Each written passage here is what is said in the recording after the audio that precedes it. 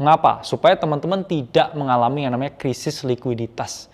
Sehingga sewaktu-waktu ketika usaha yang teman-teman ini jalankan gagal, teman-teman bisa menutup utangnya dengan yaitu 2/3 ya. Kalau teman-teman kehabisan 1/3-nya untuk menutup 30% utangnya itu, teman-teman masih sangat liquid dan teman-teman masih memiliki hidup yang aman dan juga nyaman. Langkah selanjutnya adalah menyiapkan dana darurat.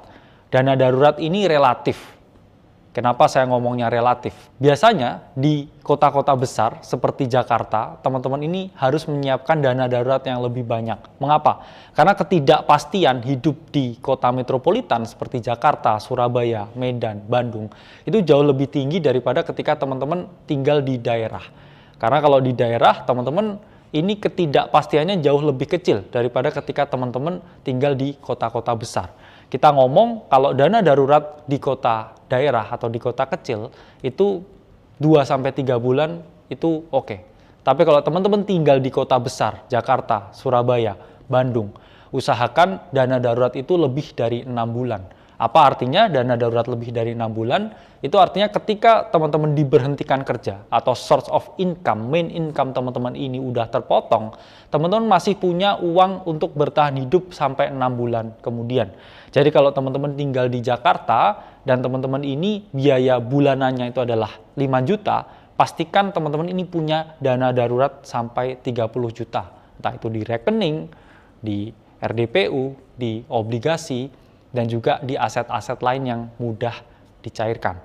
Jadi kalau teman-teman udah punya dana darurat atau dana cadangan, teman-teman akan lebih aman lagi untuk kita masuk ke step yang berikutnya. Nah, step berikutnya, teman-teman harus sadar dan juga melek akan investasi. Mengapa harus melek akan investasi? Jawabannya satu, ada hantu yang bernama inflasi.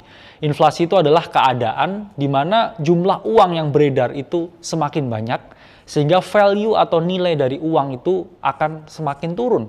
Itulah yang menyebabkan harga-harga barang dan jasa itu menjadi semakin mahal atau menjadi lebih mahal. Jadi teman-teman, investasi itu tujuannya bukan untuk kaya. Ya, kaya itu bonus. Tapi kita berinvestasi itu untuk mengalahkan inflasi.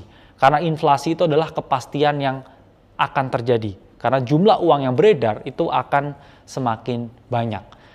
Lalu investasi sendiri, teman-teman bisa bagi ke 2 bracket atau 2 kategori, 2 sifat. Pertama adalah investasi yang memiliki risiko rendah dan kedua adalah investasi yang memiliki risiko tinggi.